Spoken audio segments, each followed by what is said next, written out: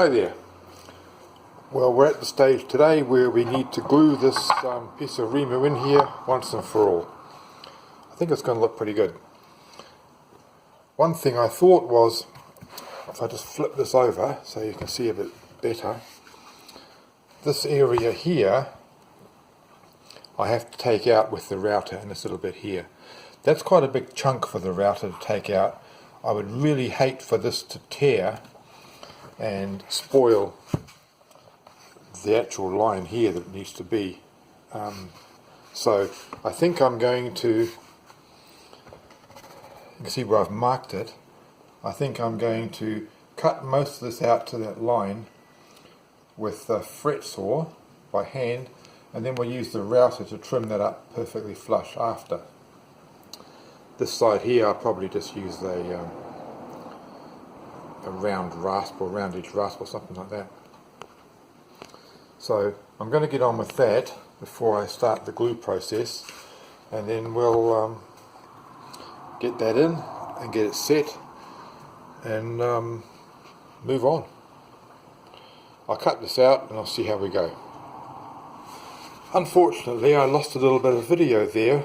I'm not sure whether the battery died or whether the memory is full or what, but we lost a little bit. But it's not the end of the world. We've got this cut out now. Looks a bit rough, but we've got plenty of meat there for the router to take away, so that's all good. I also trimmed off the ends of the binding. If you look on an earlier video, you'll see that it was sticking out as it needed to be. So I've trimmed it off. It's not perfect, it's near enough for now, and we can tidy that up later. What I was saying in the other video is that I've had a message from someone who was questioning the kind of glue I'm using and why I'm not using something like Titebond, which I spoke earlier of. The reason is that I don't think it's necessary. This is not structural. It doesn't need to be that strong. If we have a look at PVA glue that I use, there's more than one PVA. This is the waterproof PVA quick set, so it cures quite quickly. It's for interior. So it will be for like your dinner table or coffee table where you're going to get a bit of spillage that you might want to wipe up. That'll be fine. This is also a waterproof glue, also for interior. But it's not a quick set glue like the previous one, so it takes a bit longer to cure. This one, which is the one we'll be using, is also waterproof, but it's suitable for end grain gluing, as you see. End grain gluing needs to be strong. We're not gluing end grain, we're gluing face to face, so this is going to be completely adequate. So that's the reason I'm using this and not spending out a lot of money to buy Titebond. The next part of this job is going to be to clean all of this face, the interior edge of the binding and the back of the Rimu with my trusty tack cloth to make this as clean as possible. Once I've done that, I'll bring you back, we'll spread the glue, we'll place the Rimu in here, we'll tap it down with the mallet and put some weights on it to hold it, and that will be the end of the matter. And for better or worse, it's going to be glued in. So I'll clean this up and I'll bring you back shortly. Okay, I hope you can all see from up there. We're going to get cracking with this.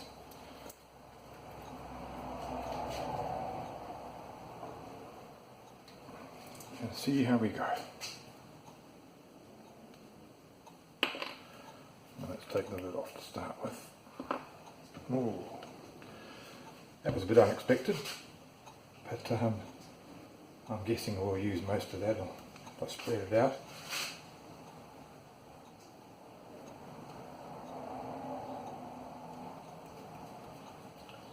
I always intended to use my finger, so no worries there. I just didn't intend for that much to come out at the same time. It'll be okay. I might actually just clean a little bit of that off the binding so it doesn't make a huge mess. There we go.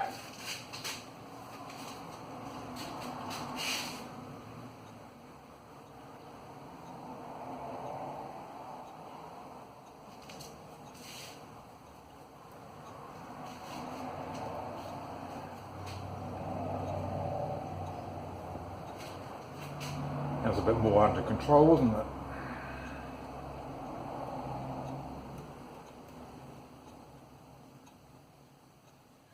My instinct tells me to coat both surfaces, you know, the Rimu and this, but the manufacturer of the glue clearly says only coat one surface, so I better behave and do what he says.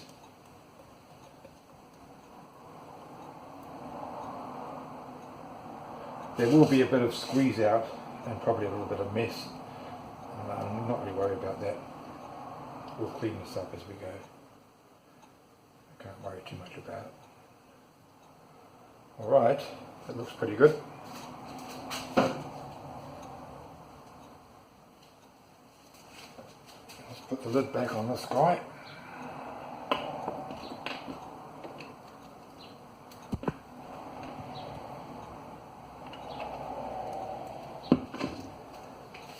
And we'll get the Rimu in there. Here we go. Good luck.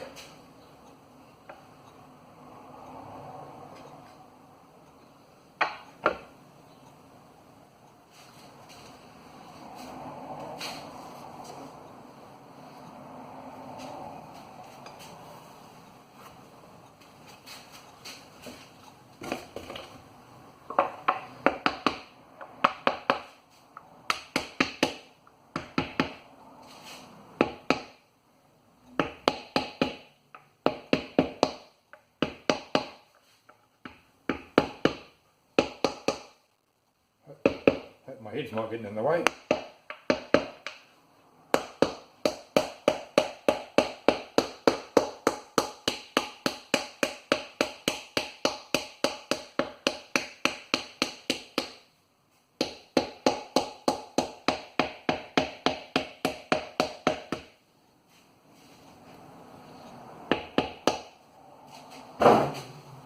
Looking good. Okay, so we'll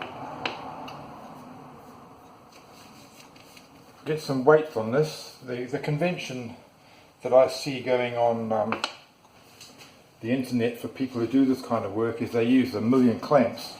I don't have 1,000,000 clamps, I got 2. But I do have water, and water weighing in at about a kilo per litre, I should say. That's a good start. We're going to put my trusty toolbox on the front. I can find a good way to do this. I did have this worked out before, but how did I do it before? Have a quick look.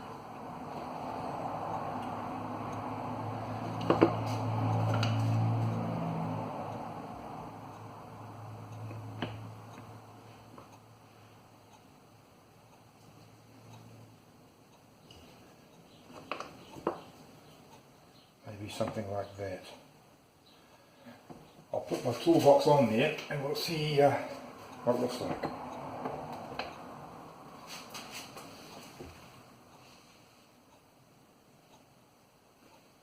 Well, that doesn't look bad to me at all.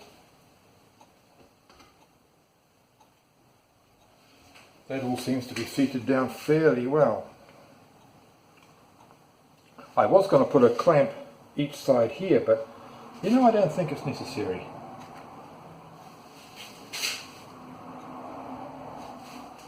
I really think that's going to be fine, just like it is.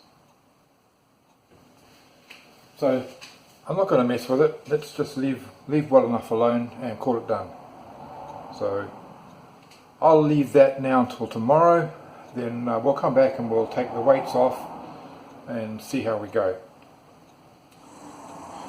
So now it's 24 hours later, and we'll see just how good our clamping's been. I'm sure it's going to be fine. Let's get into it. Okay, off with the toolbox. Get him out of the way. Hopefully not spill the bucket of water. Put him on the ground.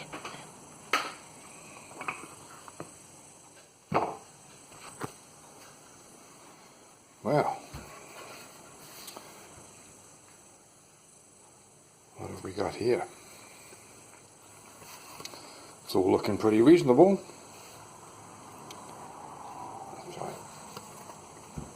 There we go. That's all looking not bad. This neck portion here is all going to be routed away, of course, when we get to put the neck in a couple of days. A little bit of tidying up to do. I will tidy this wood up here. I'll get all that nice and smooth and even, both sides. But I'm not going to worry too much more about tidying it up, because it's going to get dinged about a little bit before we're finished. So all in all, that's pretty good. I'll have my coffee, set up the router, and we'll sort these pieces out here, and then we're going to be good to get the neck on. That's going to be a crucial measurement. I'm going to have to take some measurements to get a centre line, but we'll cross that bridge when we come to it. I think it's going to be fine. Alright, I'll have my coffee, and we'll set the router up, and I'll probably pop you overhead, and we'll see how we go from there. So I'm getting ready to route this this out here and this side, and I got to say, this is one of the scariest parts of it, because if I split this, or this whole routing process doesn't go good, it's going to be a mess from which I don't know how I'll recover. For that reason, I've got a brand new router bit with the top and bottom bearing. I'm only interested in the bottom bearing, really. I'll show you how it works for those who don't know. You just come down here to ground level, as it were. The idea is that the bearing on the bottom will follow the shape that it's riding on. So as it goes around here, the bearing will sit on the bottom, and it should cut all of this exactly to the profile that we see and under the bottom here. It's quite a big chunk to cut out, and it's probably not recommended that we cut out this much at once. So I'm going to be gentle, try and do this carefully, and the same on this side, of course. So this is a brand new piece. It's very, very sharp. So I've done all I can do to mitigate the disaster. So I'll set this up, and I'll be back in a minute, and you can witness the make or break of this. Back in a sec. Okay, here we go. Ready or not? Let's see how we go here. Hope you can see it.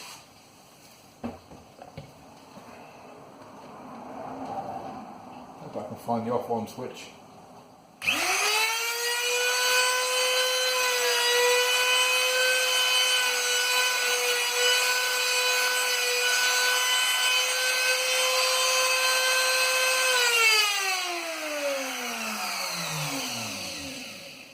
From this angle I can't really see what I'm doing. I'm going to have to turn this around a wee bit. So I'm not sure if you can still see that. It has to be, I'm afraid.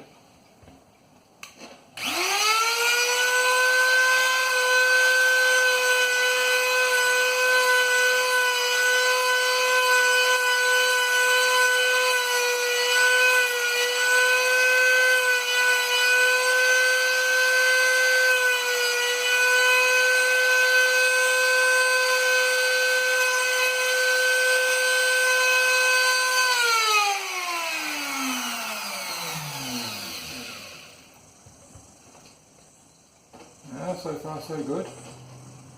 This little piece at the end here is concerning me a little bit, because it's not too stable for the router, but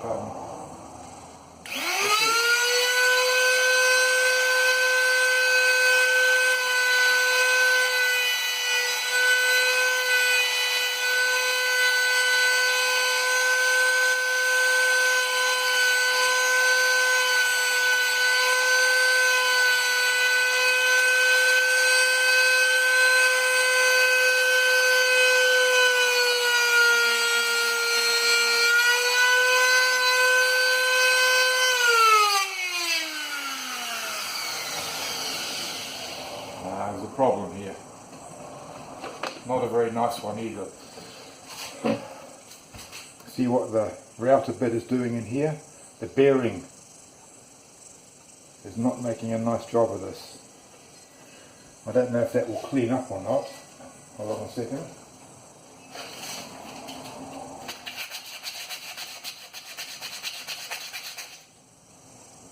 Yes, I think it will clean up.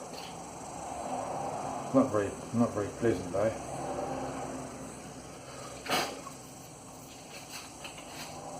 But we'll carry on. I'll turn the camera off and I'll bring it back and show you in a minute. I thought I had another top bearing router bit. I was pretty sure, I'm still sure I do, but I just can't locate it for now. I've looked in all the right places, but I can't find it, so maybe I haven't got one. I don't know if you can see a little bit of a lip in there that it's caused. This will sand out. It's not the end of the world. It's a bit of a shame really, but well, it is what it is. I really haven't got much choice other than to continue all the way through and do this. If that's as bad as it gets, I can live with that and sand it out and repaint it. It's done a reasonable job otherwise. It all looks pretty good. There's a bit of finishing work to do up here of course, but that's to be expected. So I'll go through it and I'll show you the end result. So I think we're done here now. If we have a look, let's go around and see a few things. I've put the pencil light here because there's a bit of impurity for me to clean up.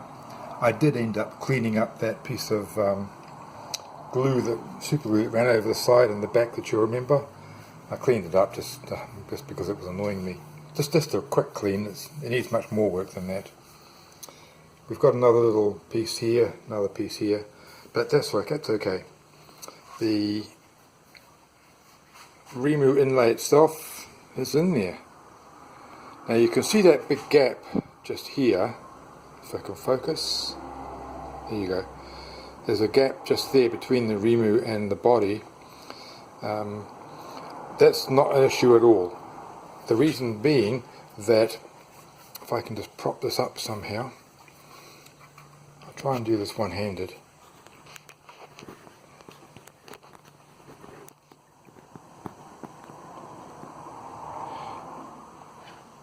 The reason that I'm not concerned about this gap, this one right here, is because this is going to get, all of this will be routed down to about here. That will all be gone because that's where the neck is going to sit. So that's not an issue at all. I'm not in the remotest concerned with that.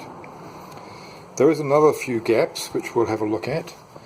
I'll try and make it a bit easier to see if we can zoom in here. I'll use my knife. You see there's a gap, I don't know if you can see, there's a gap down there.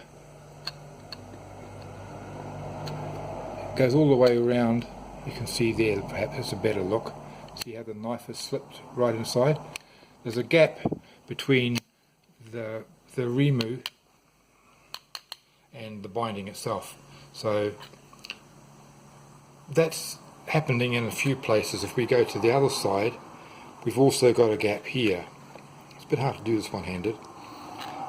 It's very small, and what we'll do with that, and it sounds a bit Mickey Mouse, but it's the accepted way of doing it, is I've saved up all the sawdust I've collected from sanding the Rimu, and what we do is we drop the sawdust into the hole here, and then we what's called drop fill it with super glue, and the super glue melts into the sawdust and fills the gap, which I'll then scrape back with a razor blade and nobody will ever see it. It sounds a bit Mickey Mouse, but that's the way it's done.